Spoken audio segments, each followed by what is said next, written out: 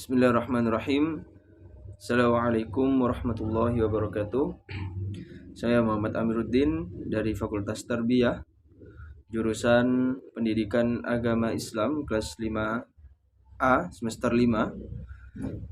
Di sini saya akan membahas tentang jenis-jenis evaluasi pembelajaran dari matkul evaluasi pembelajaran yang diampu oleh Bapak Dr. Ahmad Imanul Mutakin. Baik, langsung saja. Yang pertama, pendahuluan. Evaluasi pembelajaran adalah proses pengumpulan informasi untuk menilai seberapa baik siswa memahami materi yang diajarkan. Ini dapat dilakukan melalui berbagai metode, termasuk tes, kuis, proyek, dan tugas. Evaluasi pembelajaran digunakan untuk menentukan seberapa baik siswa memahami konsep dan seberapa baik mereka dapat menerapkan pengetahuan mereka. Ini juga dapat digunakan untuk mengidentifikasi area di mana siswa kesulitan dan menyelesaikan instruksi sesuai kebutuhan. Jadi pengertian evaluasi pembelajaran di sini yaitu pengumpulan informasi untuk menilai seberapa baik dan seberapa bagus kualitas siswa dalam memahami materi yang telah disampaikan oleh seorang guru. Ini evaluasi pembelajaran ini dapat dilakukan dengan beberapa metode, yaitu dengan tes, kuis, maupun proyek, dan lain-lain. Selanjutnya, jenis-jenis evaluasi. Yang pertama, evaluasi formatif. Yang kedua, evaluasi sumatif. Yang ketiga, evaluasi formatif dan sumatif. Yang keempat, evaluasi diri. Dan yang kelima, evaluasi portofolio. Baik, yang pertama itu evaluasi formatif. Evaluasi formatif ini digunakan untuk mengevaluasi pemahaman siswa selama proses pembelajaran. Jadi, evaluasi formatif ini dapat langsung diterapkan pada saat pembelajaran berlangsung, baik di kelas maupun di luar kelas. Jadi, evaluasi formatif ini untuk menguji pemahaman siswa dalam suatu proses pembelajaran yang telah dilaksanakan. Evaluasi formatif ini dapat berupa kuis, tes, diskusi kelas, ataupun tugas. Tujuan dari evaluasi formatif ini adalah untuk mengidentifikasi area di mana siswa kesulitan dan menyesuaikan instruksi sesuai dengan kebutuhan. Jadi, tujuan dari evaluasi formatif ini adalah untuk mengidentifikasi area, jadi untuk mengetahui kesulitan siswa dalam suatu materi yang telah diajarkan oleh guru. Seperti itu. Terus selanjutnya, evaluasi sumatif.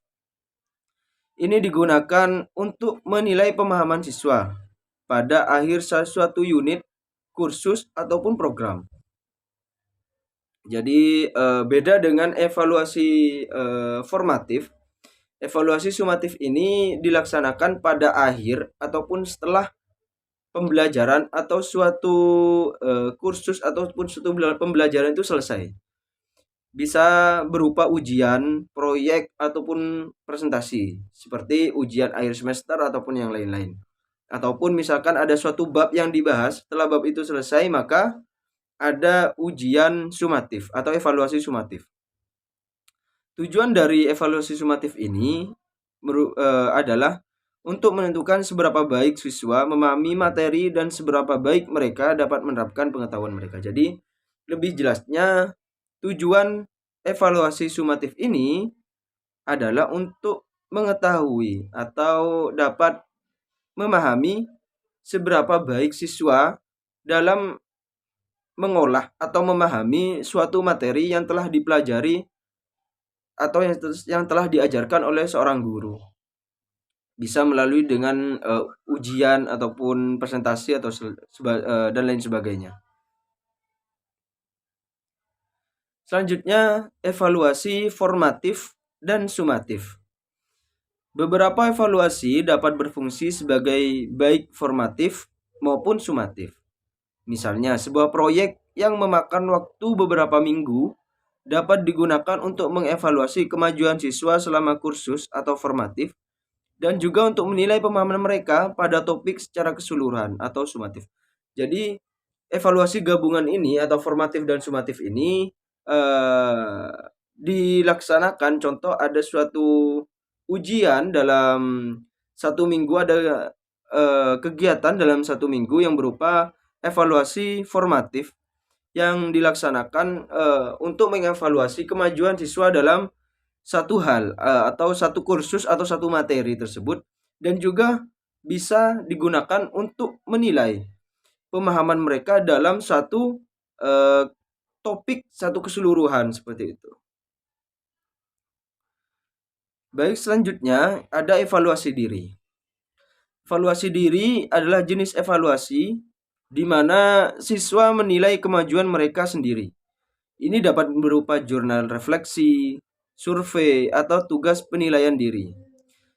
Jadi evaluasi diri ini dimulai dari diri sendiri atau diri siswanya sendiri.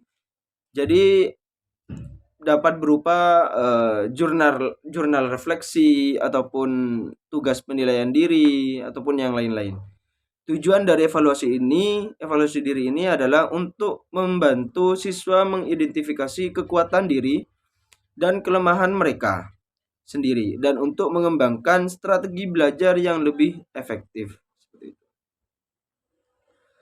Selanjutnya, evaluasi portofolio.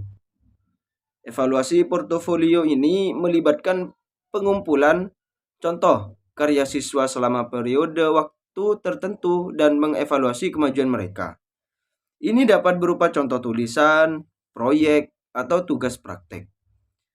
Jadi evaluasi portofolio ini lebih ke arah di mana seorang siswa mengumpulkan suatu karya atau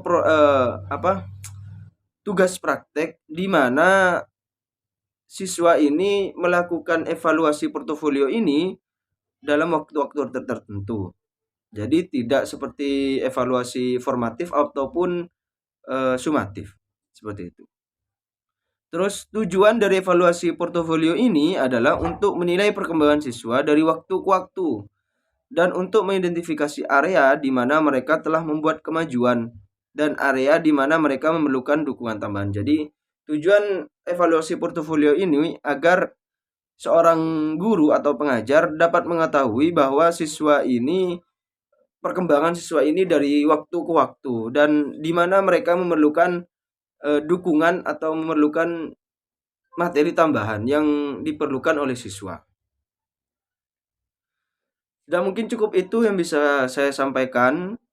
Mungkin dari awal hingga akhir ada kesalahan atau dari ucapan maupun tingkah laku, saya mohon maaf sebesar-besarnya. Wallahul muwaffiq ila aqwamit thoriq. Wassalamualaikum warahmatullahi wabarakatuh.